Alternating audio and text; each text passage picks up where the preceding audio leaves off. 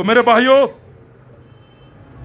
چونکہ یہ مجلس، آج کا یہ کنونشن ایک اسٹوڈنٹ تنظیم کی طرف سے، ہم اس اسٹوڈنٹ تنظیم کے حوالے سے اور اسٹوڈنٹس کے حوالے سے ہم بات کرنا ضروری سمجھتے ہیں۔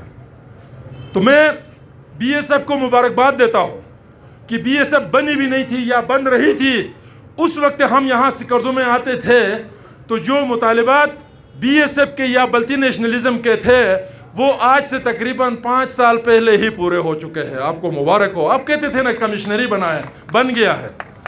یونیورسٹی کا مطالبہ بعد میں آیا ہے، بنیادی اس میں نہیں تھا، یونیورسٹی بھی آپ کے لیے بن گئی ہے، اور بہت ساری چیزیں بھی بن گئی ہے، 4-5 ڈسٹرکٹس بھی بن گئے ہیں۔ آپ کو بہت مبارک ہو، آپ ابتدائی منشور میں کامیاب ہوئے ہیں۔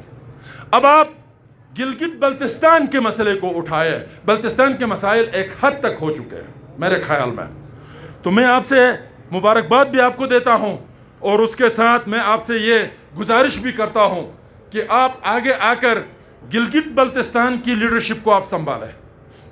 وقت کے گزرنے کے ساتھ آپ کی ضرورت ہے۔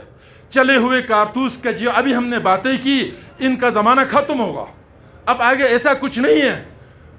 زندگی آہستہ آہستہ نکل جاتی ہے تمام لوگوں کی، یہ انفرادی زندگی نہیں ہے، یہ قومی زندگی ہے۔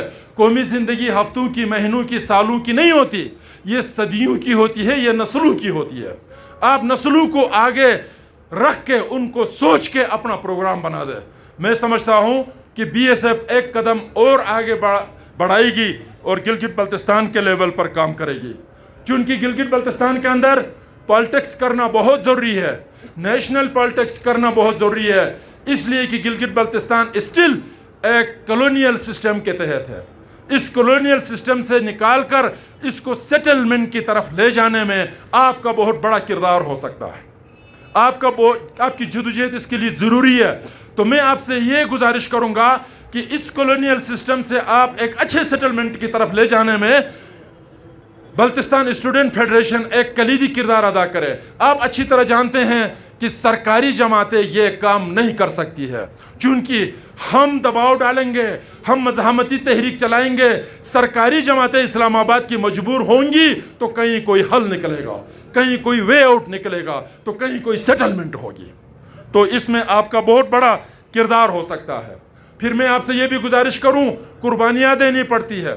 شیڈول 4 سے ڈرے، ہم جو ہے وہ تھانے سے ڈرے، ہم مار پیٹ سے ڈرے، تو اس طرح ہم کوئی تحریک نہیں چلا سکتے ہیں۔ تو میرے بھائیوں، میں آپ سے یہی گزارش میں کر رہا تھا کہ لوگ کالونیل سسٹم کے اندر بڑی طاقتیں مذہب کو استعمال کریں گے، مختلف چیزوں کو استعمال کریں گے۔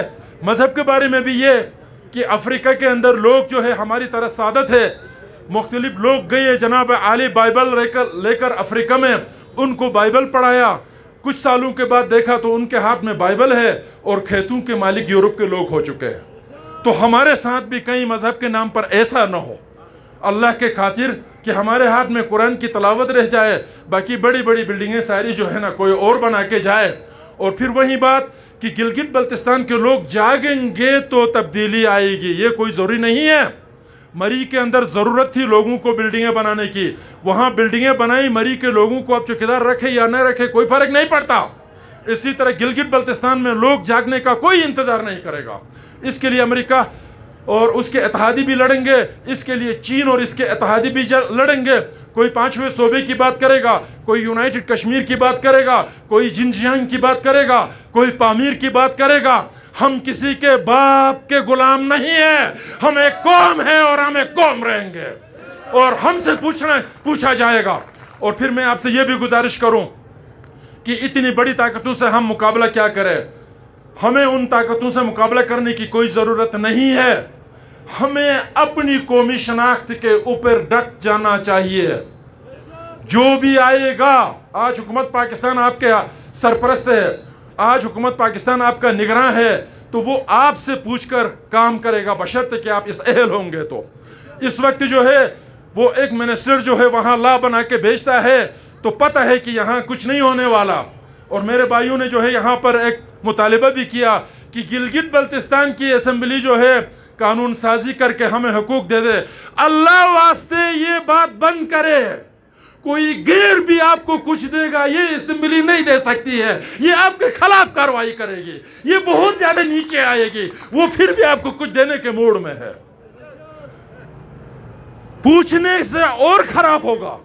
کیا پوچھا؟ آج تک جن لوگوں کی آپ نے پیروی کی انہوں نے آپ کی غلامی کا سامان کیا ہے، آپ کی آزادی کا سامان کسی نے نہیں کیا، چاہے وہ آپ کا سیاسی رہنما ہو، چاہے آپ کا وہ مذہبی رہنما ہو، چاہے وہ آپ کا سیاسی وہ جو ہے کوئی تاجر ہی کیوں نہ ہو، سب نے ہمیشہ اپنے مفادات مد نظر رکھ کر آپ کی شناخت کے خلاف ہی کام کیا ہے۔ اور اسی لیے میں یہی گزارش کرتا ہوں، جب تک ہم بالغ نہیں ہوں گے اللہ واسطے ہماری شادی نہ کرانا، ورنہ 8 سال کی اس عمر میں شادی کراؤ گے تو اس کا کوئی فائدہ بھی نہیں ہوگا، بے عزتی کے علاوہ کچھ بھی نہیں ہوگا۔ ہمیں بالغ ہونے کی ضرورت ہے۔ یہ قوم بالغ نہیں ہے، یہ غلط فیصلہ کرے گی، یہ اپنے خلاف فیصلہ کرے گی، اور آپ کے نمائندے بھی اسی نہج کے ہیں۔ ہم خود 2 نمائندے یہاں، ایک سابق اور ایک وہ بیٹھے ہوئے ہیں، ہم یقین سے کہتے ہیں، ورنہ 1947 میں تو یہ کہا گیا تھا کہ یونائٹڈ نیشن کی قراردادوں کے تحت ایک جو ہے وہ مقرر ہوگا، منصف مقرر ہوگا، ایک ایڈمنسٹریٹر، اور اس کے انڈر میں آپ نے ووٹ دینا ہے۔ وہاں تو یہ نہیں لکھا تھا جناب علی کہ وہ فاروق نسیم جو ہے وہ ایک خط لکھے گا، ایک کاغذ لکھے گا، اس پر عمل ہوگا، یا وہ دوسرا مسلم لیگ کے آپ کے منسٹر صاحب کہ وہ جو رپورٹ ہے سرتاج عزیز کی رپورٹ کو بعض لوگوں نے اس طرح یاد کیا تھا جیسے ایک مجھے جیسا عام سا مسلمان سورہ فاتحہ یا سورہ اخلاص کو یاد کرتا ہے۔ خدا کے لیے اس میں کیا ہے یار، کیوں اس طرح کرتے ہو؟ یہ کون ہوتا ہے سرتاج عزیز اور فاروق نسیم اور عمران خان؟ اور یہ یار یہ وطن کے لوگوں نے اس کا فیصلہ کرنا ہے یار، تم نہیں کر سکتے ہو۔ اگر تم کر بھی لوگے تو دنیا نہیں مانے گی، ویسے آپ کے انڈر میں جانا ہے تو ویسے بھی انڈر میں ہے، کون سے ہم باغی ہے یہاں پر، ہم تو آپ کا مقابلہ ویسے بھی نہیں کر سکتے ہیں۔ لیکن جو فیصلہ انٹرنیشنل چاہیے وہ کوئی بھی دلہا اپنی طرف سے دلہن کا دستخط کر کے بیوی نہیں بنا سکتا ہے۔